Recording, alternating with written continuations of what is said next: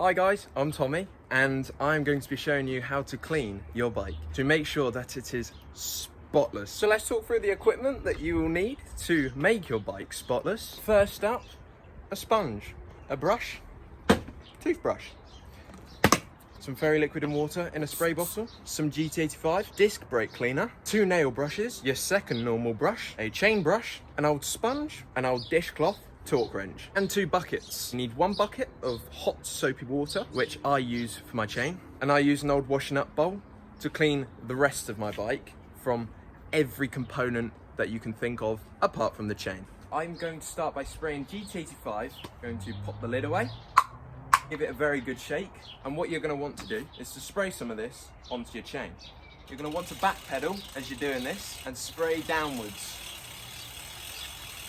That'll do. The reason I angle the nozzle downwards and not vertical is because if the nozzle is directed straight at the caliper and the disc rotor, then that will contaminate the pads, meaning that I won't be able to stop, and that's not a good thing. And once you've done that, you'll want to change down onto the smallest sprocket on the cassette. This makes it far easier to drop the rear wheel out and to put the rear wheel back in. Next, I'm going to grab my torque wrench. Now, I have through axle on both my wheels. This is important because carbon fibre will crack easily if you over tighten it, and that can be very expensive. I have chosen the right size piece. I'm going to make sure that I am unscrewing the wheel and not tightening the through axle. I am now going to undo the wheels.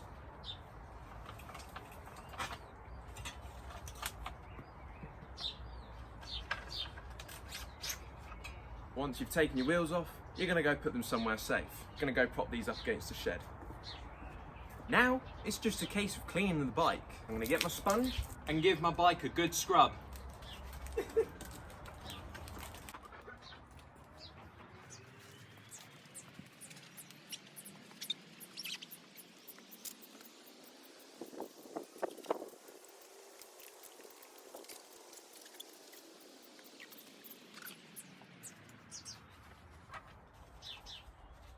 This is when this bottle comes in handy. You have a few gaps here and a few gaps here.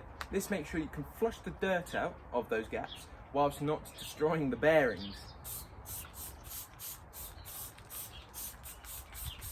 Once you've done that, you get your hose and you rinse the bike off.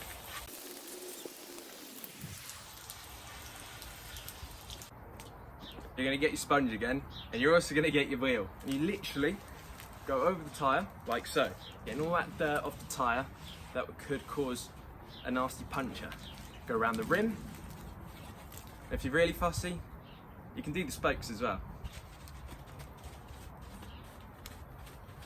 I guess I'm quite fussy. Making sure that your sponge is very clean.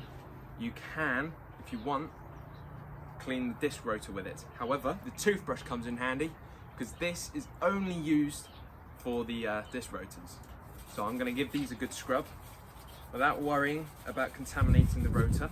I'm going to scrub both sides. You can also clean the hubs as well, which I forgot about. Then simply rinse your wheel off.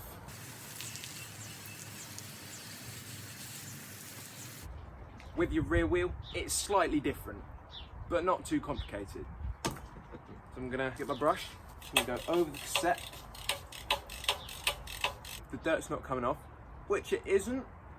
Just add a little bit more GT85. Try your very best not to get it on your disc rotors. Continue scrubbing. If the gaps within the sprockets are gunked up with grime from the roads, you can use this to get in between each sprocket and force out any of the unwanted dirt.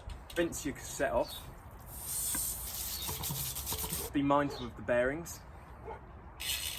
Now grab your disc brake cleaner and spray it onto the rotor. Try your very best not to breathe in this stuff, because it is very, very, very strong. Before I put the wheels back in, I'm going to clean both calipers with my non-oily brush. I am then going to grab my front wheel and my front through axle. I'm also going to grab my torque wrench. You can find out the recommended torque setting that you should use on every single bolt from the website in which you bought your bike from. I'm now going to do the same with the rear wheel.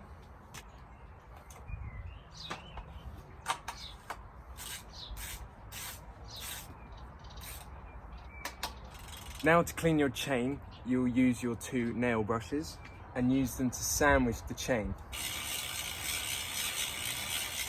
You can also use your nail brush to clean your jockey wheels too. You can use your nail brush or whatever brush you're going to be using to clean the chain rings. Rinse the components off.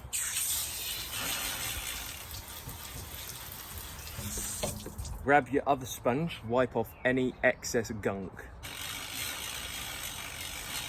This will make sure that your chain looks shiny. Give it another little hose if you want. I would just go over your bike again with a sponge. It doesn't have to be much, just literally 5-second wipe over.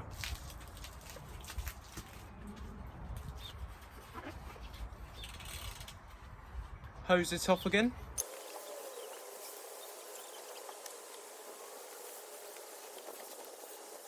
Gonna grab your dry dishcloth and you can use it to dry your chain. I am now gonna dry the rest of my bike. Once your bike is fully dry, you can grab some lubrication for your chain. Because it's dry weather, I'm gonna use dry lube, but if it's wet weather, I would use wet lube. Dry lube doesn't attract the dirt as much. However, if it is wet, it'll wash off very easily and you won't have any lubrication on your chain. That way, it's less efficient. Wet weather oil, it is waterproof, but it attracts a lot more dirt, which means that it will have to be cleaned much more regularly. It's also very inefficient, but much better than using the dry lube in that wet weather.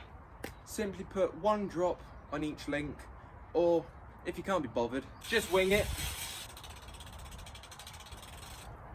Always start from the quick link.